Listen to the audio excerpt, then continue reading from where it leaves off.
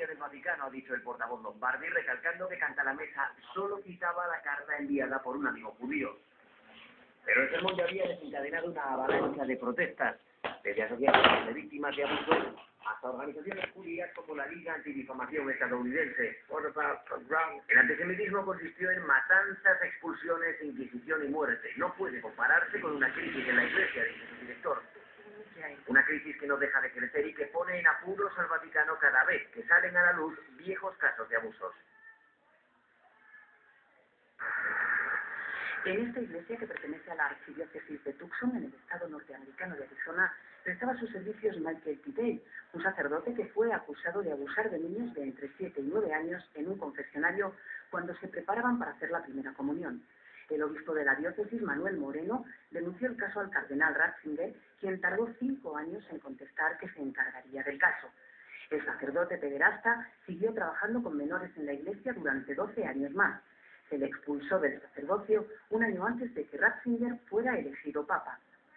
El derecho canónico facilita el despido inmediato de un cura peligroso y el cardenal Ratzinger no eligió ese camino.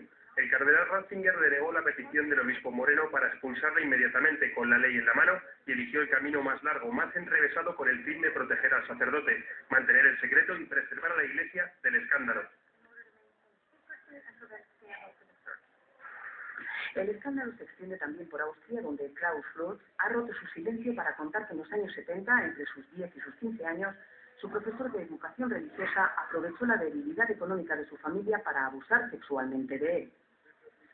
En aquel momento parecía que todo lo hacía para favorecerme, porque este sacerdote era muy importante en nuestra familia, sobre todo para mi madre, y nunca hubiera podido imaginarme que podría estar haciendo algo diabólico. Mucho después me di cuenta de lo que realmente había pasado. En Londres, el arzobispo de Canterbury y primado de la Iglesia de Inglaterra, que es protestante, ha acusado a la Iglesia Católica de Irlanda de haber perdido toda credibilidad por su gestión de los casos de abusos a menores.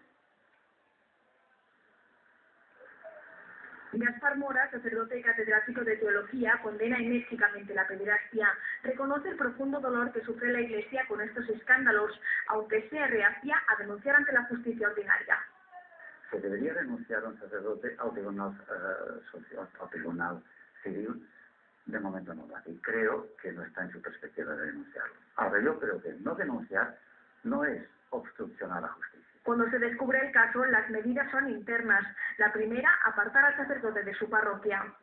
Se le retira de responsabilidades pastorales y se le pone bajo la custodia, el control, el control de un sacerdote de confianza, amigo suyo. Muchas veces tampoco las víctimas denuncian. Cuando tenía 10 años, sin más, sufría abusos sexuales por parte del párroco de su pueblo. Se lo contó a sus padres, que no se atrevieron a denunciarle. Teniendo en cuenta que era un sacerdote que era bastante conocido del pueblo y tenía bastante poder, yo no los disculpo, pero es normal que tuvieran esa reacción. Iglesia Plural, una comunidad católica progresista, cree que la Iglesia debe acometer una profunda reforma. Destruye esta imagen de sociedad perfecta, de sociedad que no se equivoca, de una estructura piramidal en la cual, amparada por la infalibilidad y por la veracidad absoluta. El teólogo Gaspar Mora relativiza los datos. Pone el ejemplo de Alemania, donde de 240.000 casos de pederastia censados hasta ahora, solo 94 se atribuyen a sacerdotes. En Somalia, al menos 20 civiles han sido asesinados y decenas han resultado heridos durante un enfrentamiento entre las fuerzas del gobierno somalí